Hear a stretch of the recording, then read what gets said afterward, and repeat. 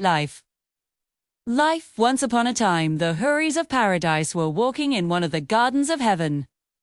All of them were busy chatting happily with one another, but one of them looked worried despite being among her friends. Seeing the concern on her face, one of her friends asked her why she was troubled. She replied, "I am worried because of the humans we will meet in the future. What kind of world do they live in? What is the reality of that world? What is the truth about the creatures and humans living there? These questions make me restless." Her friend took her aside and sat with her under a tree, trying to explain things to her.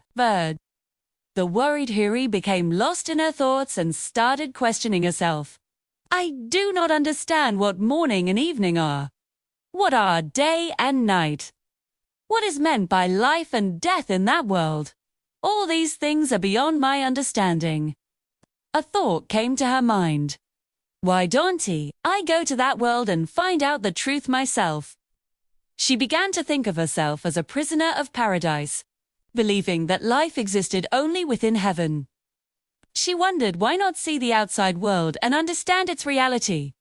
What is so special about it that humans forget everything for it? Even their creator. A strong desire grew in her heart. How wonderful it would be if she were allowed to witness that world. Finally, seeing her intense restlessness, she was granted permission. She was told, "You may go to understand this reality, but on one condition: you must change your form.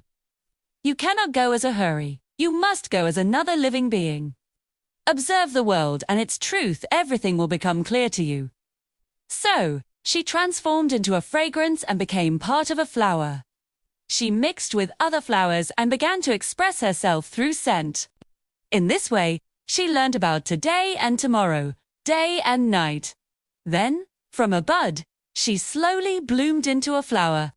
Gradually, her petals scattered onto the ground, and slowly, her color, fragrance, and beauty all faded away. Nothing remained except her memory among the people of the world, who said it had such a beautiful fragrance. At that moment, the reality of life became clear to her.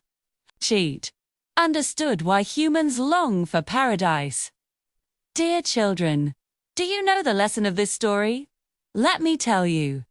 This story teaches us that the life of humans and all other creatures is temporary, very short and fleeting. The real and eternal life is after death, where we will live forever. Therefore, instead of striving only for this temporary world, we should prepare for the everlasting life at the hereafter through worship, effort, and hard work, and by serving Allah's creation and doing good deeds.